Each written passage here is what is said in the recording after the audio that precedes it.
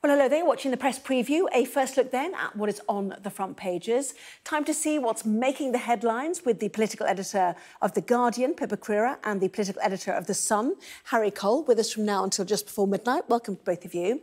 As ever, we turn our attention, first of all, to the front pages. The front of the eye is on the escalating crisis in Sudan, with the headline, Brits face a 3-day drive to reach Royal Navy ships. Well, the Metro simply says, get them out. The Guardian is reporting the CBI admitting its future is in doubt after failing to filter out toxic people. The Financial Times reporting the Prime Minister and Chancellor are pressed to deliver on pledges to mend ties with business. The Daily Mail with a similar story, business blasts Rishi's own goal over tourist tax. The Express headline reads, a pledge from our PM to hearten Britain's women. And did the Earth move for you? The Star reporting on a space tourist signing no nookie waivers, as the paper calls it, to prevent sperm mutations. Well, by scanning the QR code you'll see on screen during the programme, you can check out the front pages of tomorrow's newspapers while you watch us. But let's head straight to our guests then. Mixed bag of front pages, it would appear. But let's kick off, Harry, with the eye.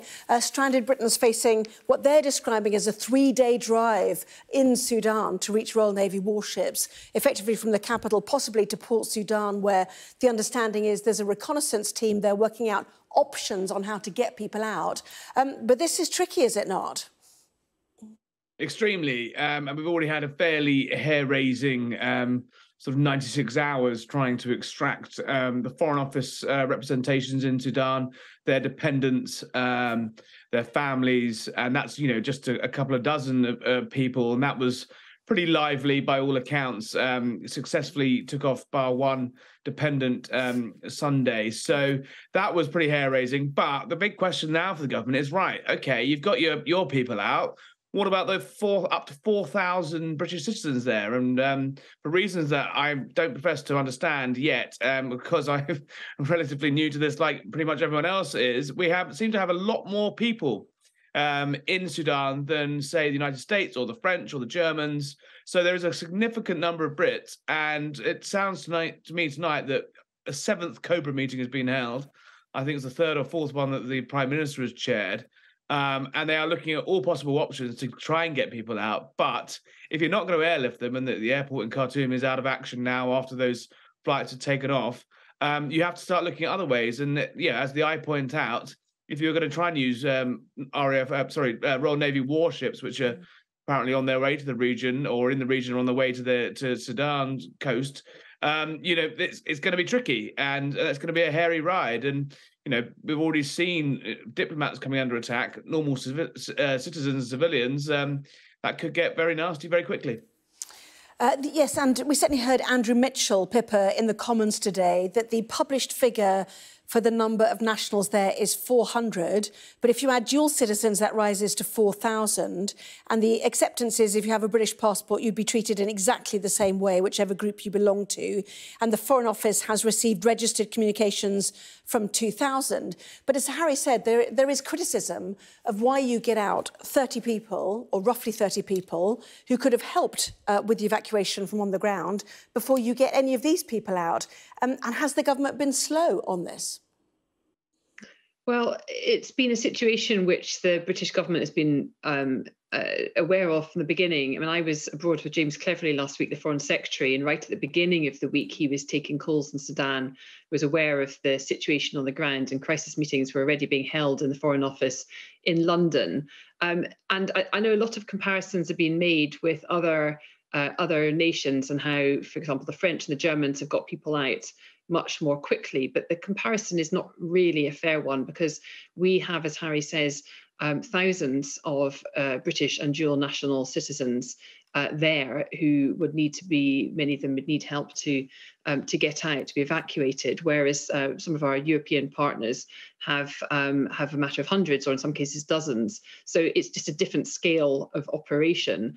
I think one development which has happened in the last couple of hours is that the two sides in the in the civil war, the two sort of military generals have declared a 3-day ceasefire. Now, there was a brief ceasefire on Sunday, which allowed some of those other countries to evacuate some of their citizens. And if this 3-day ceasefire holds, and of course it's only just been announced, we're not sure about the details of it yet, and there's a big question mark over whether it could hold when the two sides are involved in frequent skirmishes and clashes in the streets of Khartoum and elsewhere. But if it does, then that possibly allows another opportunity for British people who've been told currently, because there isn't an evacuation plan for them in place just yet, to stay indoors, to potentially join, for example, UN convoys out to Port Sudan, where this plane is waiting and where there's an expectation that British Navy ships might also be there ready to take people out. But there's a lot of ifs in that, there's a lot of hypotheticals, and the Foreign Office Emergency Crisis Response Team will be working overnight to try and make sure that they've got some of the answers to those questions should an opportunity arise to get people out. Yes, indeed. And that 72-hour ceasefire, first announced by the US Secretary of State Antony Blinken, should be starting at 11 p.m. In the evening then on Monday. That's UK time, 12 midnight local time. And certainly we heard from James Heappey, the Armed Forces Minister, earlier this evening, Harry, on this, do you have to get yourself to Port Sudan in the east of the country on your own? He suggested that a UN convoy from Khartoum had reached Port Sudan without trouble, and a number of other British nationals had made it to ports, 5 of them ending up on a ship that docked in Jeddah in Saudi Arabia. But of course, they didn't necessarily come from the capital where we've seen such fierce fighting. But it's very scary prospect for the families back home and those nationals who are there, who might have to make their way, as the Eye puts it, on a 3-day drive across a war-torn country. Yeah, Andrew Mitchell was in the comments, the development minister, was up earlier, and he basically said, if you, it may be your own personal discretion whether you decide to make a run for it, and it's going to be on your own risk, which isn't the most reassuring thing I've ever heard a minister say at the dispatch box, but an incredibly tricky situation. And yeah, as the Eye say, it's a rough ride. OK, let's move on to the Metro, Pippa. Abbott comments anti-Semitic and have no place in party. This is Sir Keir Starmer. That's their headline. What happens to her now? Well, that's the big question, and I don't think anybody quite knows yet. I mean, this is in relation to comments which Diane Abbott made in a letter to the Observer newspaper, which contained anti-Semitic comments, and immediately apologised for and gave a rather, I think, an excuse which I think a lot of people have struggled to get to grips with, which was that it was a first draft of a letter. I'm not sure how that necessarily makes it any better, but regardless, she had the Labour whip suspended, and investigation is being launched through Labour's new complaints process, which was set up by Keir Starmer when he took over the party. And Starmer has been unequivocal. He said that it was anti-Semitism. She had to be suspended. They of course have got a zero tolerance approach to anti-Semitism now in the wake of the Jeremy Corbyn era, where it was such a huge problem for the party internally and also reputationally. I think there was a real sort of expectation when Starmer took over that the top thing he needed to do was to sort out the party internally and to rid it of its reputation for anti-Semitism. And a lot of people thought he'd struggled to do that, but he's been pretty ruthless thus far, and Diane Abbott is no exception.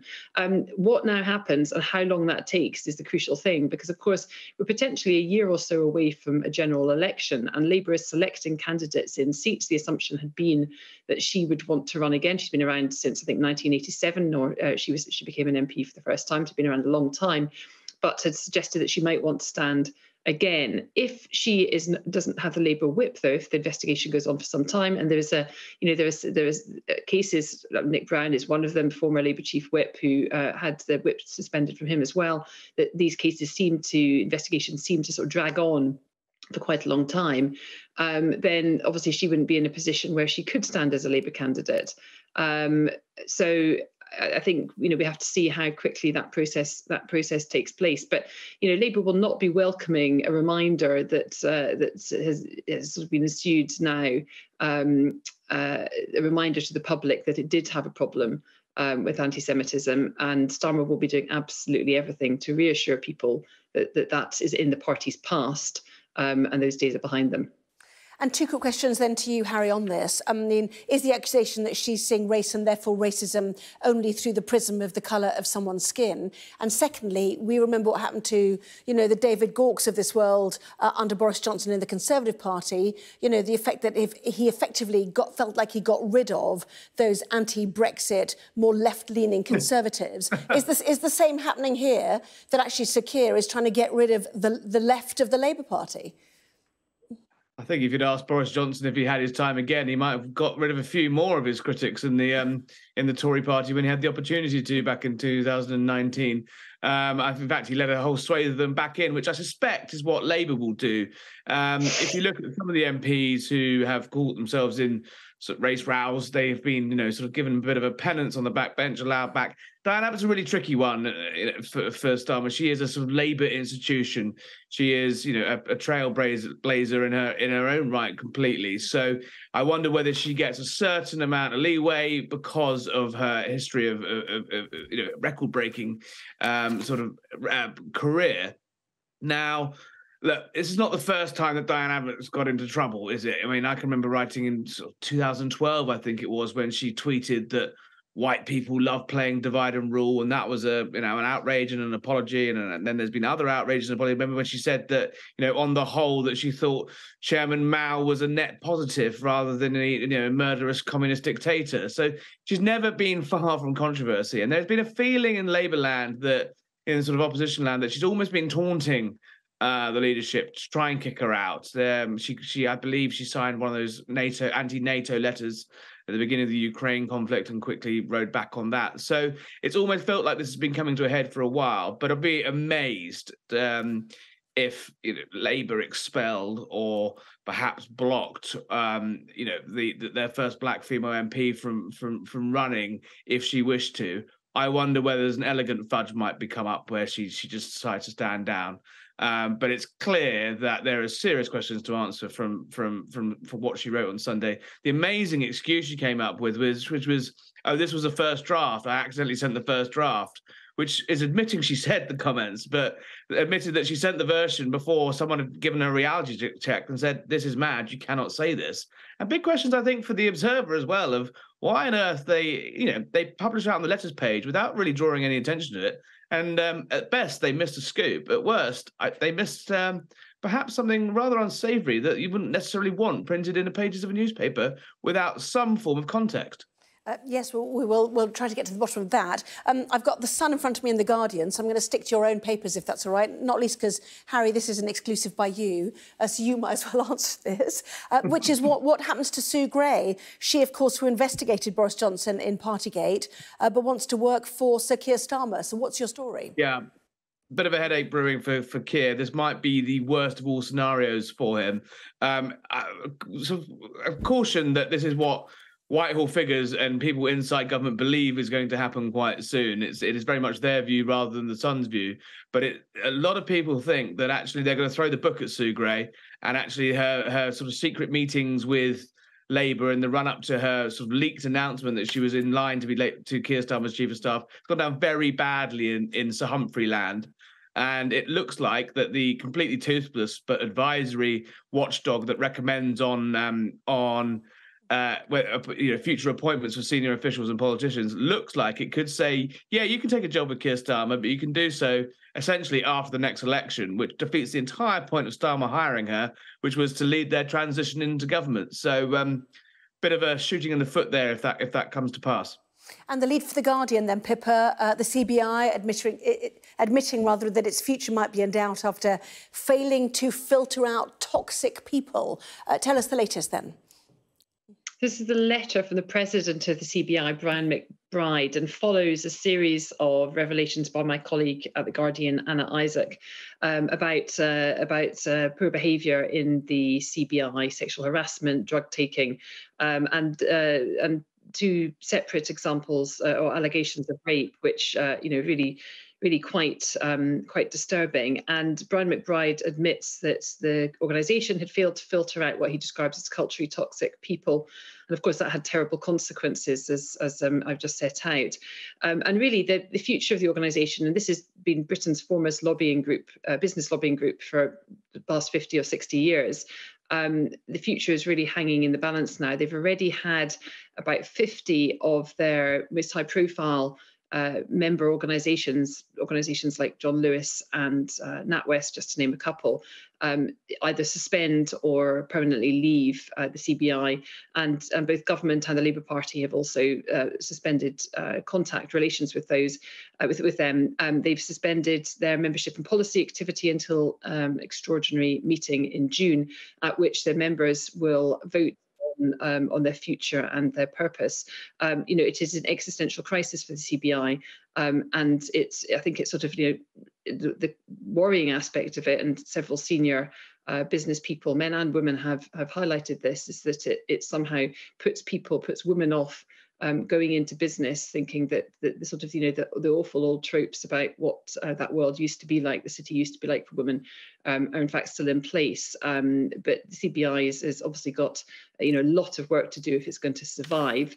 And it's not just its own reputation, but the reputation of big business more generally, that it's going to have to try and restore.